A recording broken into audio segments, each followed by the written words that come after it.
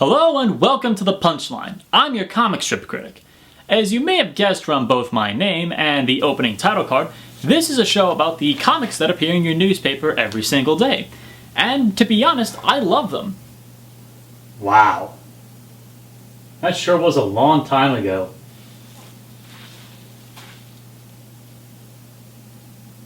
We sure have come a long way, haven't we, old buddy? Happy 50th episode. Let's get the show on the road.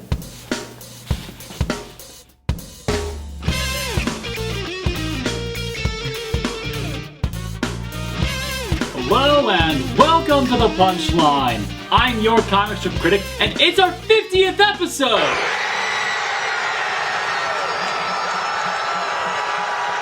Thank you, everyone. 50 episodes I've been doing this. 50 episodes, not counting side things like vlogs, conventions, the Chronicles of the Heroes Academy, and other things I've gone to over the course of the show.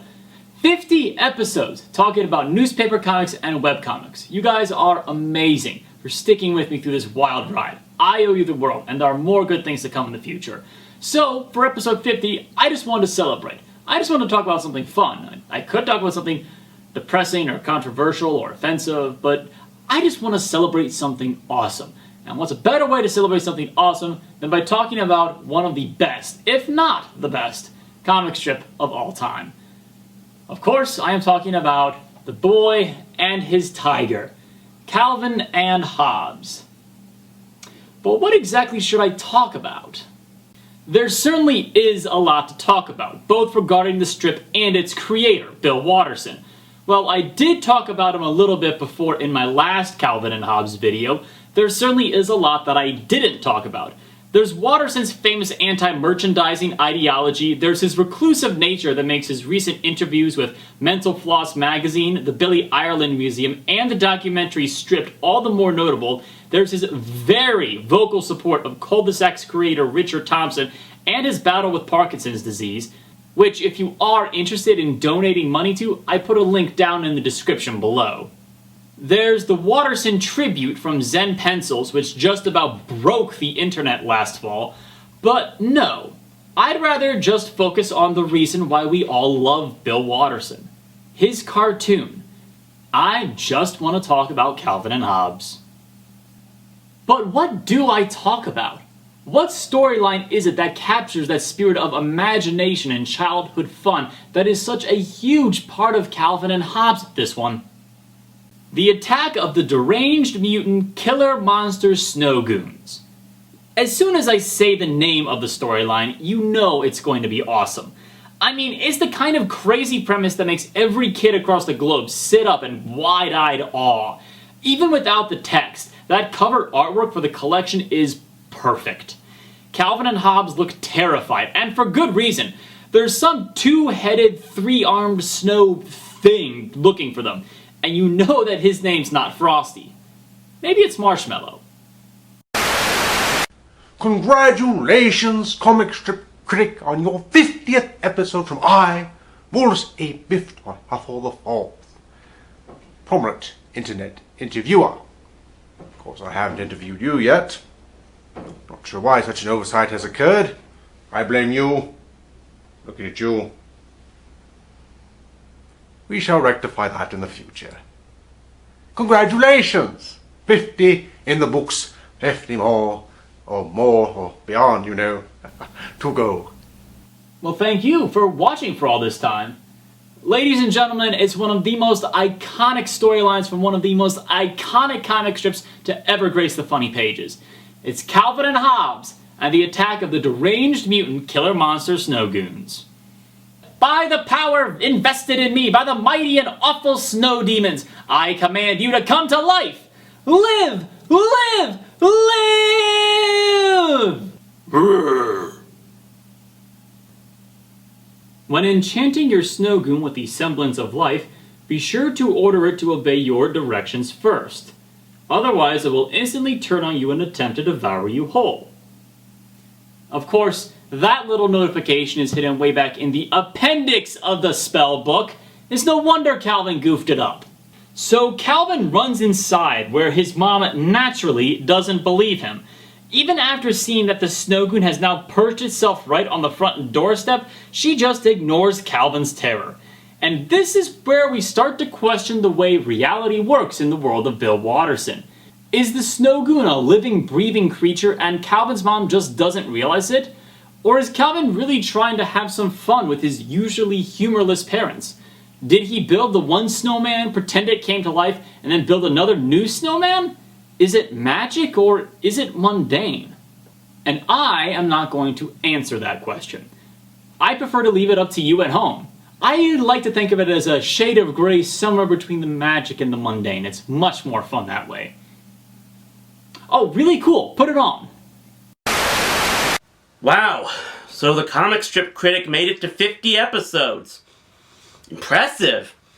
You know, it's not known by a lot of people that most internet reviewers go completely insane once they get into the range of about 30 reviews or so. They have to be sent to a place far away that we don't like to talk about. Thankfully, it looks like you won't have to worry about that, John. Why did you mention the place? Why did you mention the place? Rowdy, why would you ever mention the place to me? You brought a snowman to life? I didn't think he'd be evil. So what are we gonna do? I don't know, but we've gotta get rid of him somehow. Maybe we could lure him inside and he'd melt. Oh, it would take hours, and if he didn't kill Mom, she'd have a fit about the water on the floor. How did they finally kill Frosty? Beats me. Now I wish I'd watched that dumb show. Maybe they stabbed him with an icicle. Honestly, the mental image of Calvin stabbing a mutant snow goon with an icicle sword is pretty hardcore. I demand fan art of it. The boy and his tiger try to use snowballs to kill the monster made of 3 giant snowballs. Yeah, they really didn't think that one through. Which makes the snowman bigger and gives it the idea to add a 3rd arm and 2nd head. He has become the titular deranged mutant killer monster snow goon. I love it. I was too young to have read this myself when it first appeared in papers. I was barely 2 years old at the time, but I would love to see the faces of the kids who read this strip the day it first came out. Wait, what are you talking about? I'm Dana. I draw Heavenly Nostrils. Comic strip critic, congratulations on your 50th episode, and thanks again for making my strip your strip of the year. You're a wonderful woman. Thank you so much. I have this just to torment you. The book's not out yet, but this is my copy. See how great it is? This is inaccessible to you. You're a cruel woman, and I take it back. The 2 friends run to the backyard and build a fort to defend themselves, while the snow goon makes reinforcements. And I like how the new goon has such a visually different style from the original, with that squished, derpy-faced head. Look, a new snow goon. That's not the one I made. The original must be making his own snow goons. Oh no! I bet he's making an army. In a few days he could build 100 snow goons. If each of them builds another 100, and then those all built 100 more, why, that would be pretty cool if they weren't all out to kill me. I vote we make tracks for Florida. If only we had some way to fly there, like a plane or a helicopter or a cardboard box, but darn it, we're just fresh out of all those. Of course, epic monster slaying is put to an end by Mom. They never understand just how important it is, do they? And we get to see a really well-drawn bird's eye view of Calvin's yard, complete with a horde of mutant snow goons. I really love this particular panel, because there's so much going on. The perspective is really cool and interesting. The lighting from Calvin's room creates all these interesting shadows to see. The snow goons are all varied and interesting to look at, and we can still see the original goon standing there. It's just a little detail that I'm always glad to see Mr. Watterson took the time to include. He didn't need to. Most people reading the paper wouldn't have noticed, but he still felt it was important to include, and I applaud him for it. Also, is it just me, or did that goon there steal his head from Kermit the Frog? Hey ho, Kermit the Snow Goon here. And again, this is where the reality of Calvin and Hobbes is called into question. Is Hobbes just a stuffed tiger that Calvin imagines is real? Is he some sort of magical thing that comes to life when only Calvin's around? Is Calvin just flat out insane? Mars is amazing! Mars is amazing! Mars is amazing! Bill Watterson never answered that question, and I think it was a good move on his part. It leaves it up to the viewer, and it leaves it much more interesting and mysterious. It's like an individual sort of cartooning Rorschach test. Shh. Shh. Shh. Shh. Ha ha ha! Die, Snowgoon! Die! I apologize for your now bleeding eardrums. Oh cool, put it through. Hey there, comic strip critic, storyteller from Indie Christian Review here. Congratulations on reaching 50 episodes of the Punchline. A huge milestone, amazing. I've been watching you since episode 1. I'm a huge fan of what you do. Keep it up, and I hope to see many, many more fantastic things from you in the future. Congratulations. From the very beginning? Wow.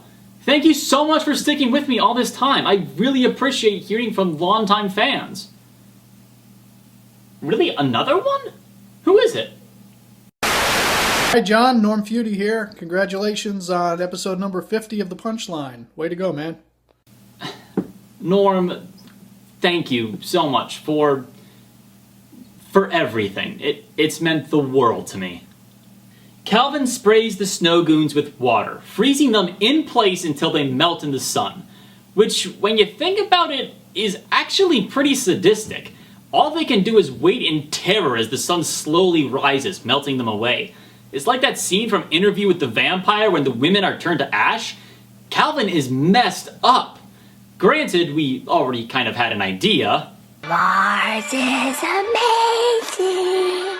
Naturally, not everyone is happy with Calvin going off and turning the front yard into an ice rink at the top of his lungs at 1 in the morning. Calvin offers up his best legal defense, but naturally gets grounded. Maybe he would have fared better if he'd been using the Chewbacca defense. Well, Hobbes, I guess there's a moral to all this. What's that?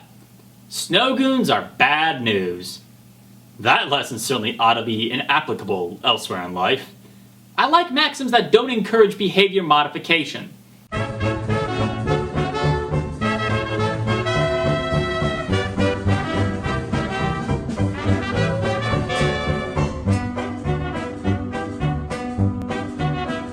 So, that's Calvin and Hobbes and the attack of the deranged mutant killer monster snow goons. Does it still hold up after all these years? Absolutely. I have yet to find a piece of Bill Watterson's work that isn't enjoyable in some way. The writing is smart and enjoyable, the story arc flows well, and the overall thing is just fun to read. Like Calvin said, or didn't say, there isn't some big social commentary here or political statement. It's just a 6-year-old kid having some fun in the winter snow with his best friend and terrible demonic snowmen. If there was ever a Calvin and Hobbes storyline that was ripe for merchandising, it was this one. Just imagine the video games, the Lego sets, the action figures, and so much more that toy companies would have been chomping at the bit to create. And while those don't exist, that hasn't stopped people from making their own mutant snowmen in real life, which is completely and totally awesome. Thank you so much for the good times, Mr. Watterson. And thank you for sticking with me for 50 episodes. You wanna go out grab a drink together after work? Wait, really? Who? Hey, John Weber, congratulations on 50 episodes of the Comics Critic. Comics Critic, congratulations. Alright, well then, I've got some catching up to do. I'm your comic strip critic, and I read the funny pages and hope that someday they will be. You're on, Mr. Tatuli.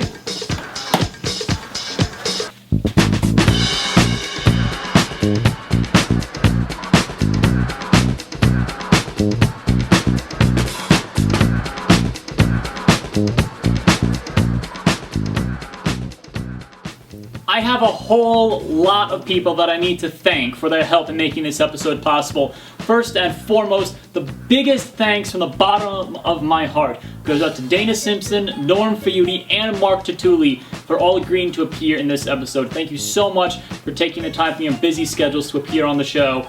And guys, go check out their comics. I'll put links in the description below. They're all wonderful, wonderful comics, every single one of them. And they're great people as well. They've been very friendly and very supportive of me. Thank you so much for your support. I also want to give my thanks out to Big Black Hat Man, Indie Christian Review, and Chris Rowdy Seymour. You can go check out all their shows as well. I put links down in the description. Thank you so much for appearing. And also, of course, last, but most certainly not least, is this guy here. Hobbes here was donated to me very, very generously for free by a fan.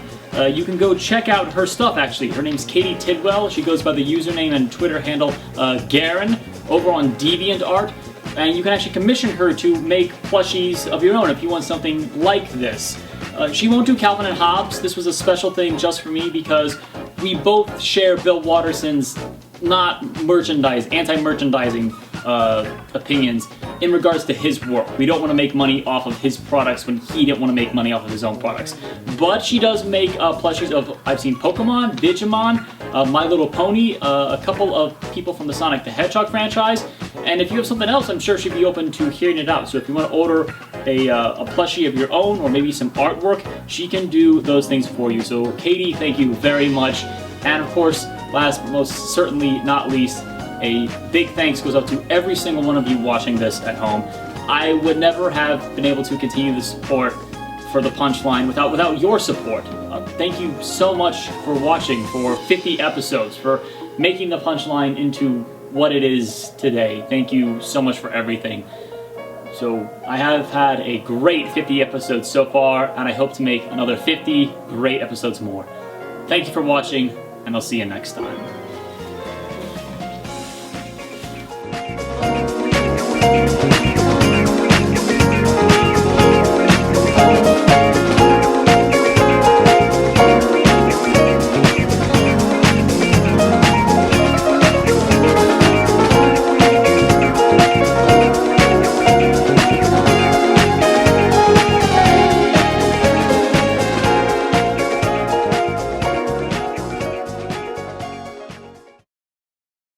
Oh, note to self, don't ever try to outdrink Mark Tutuli.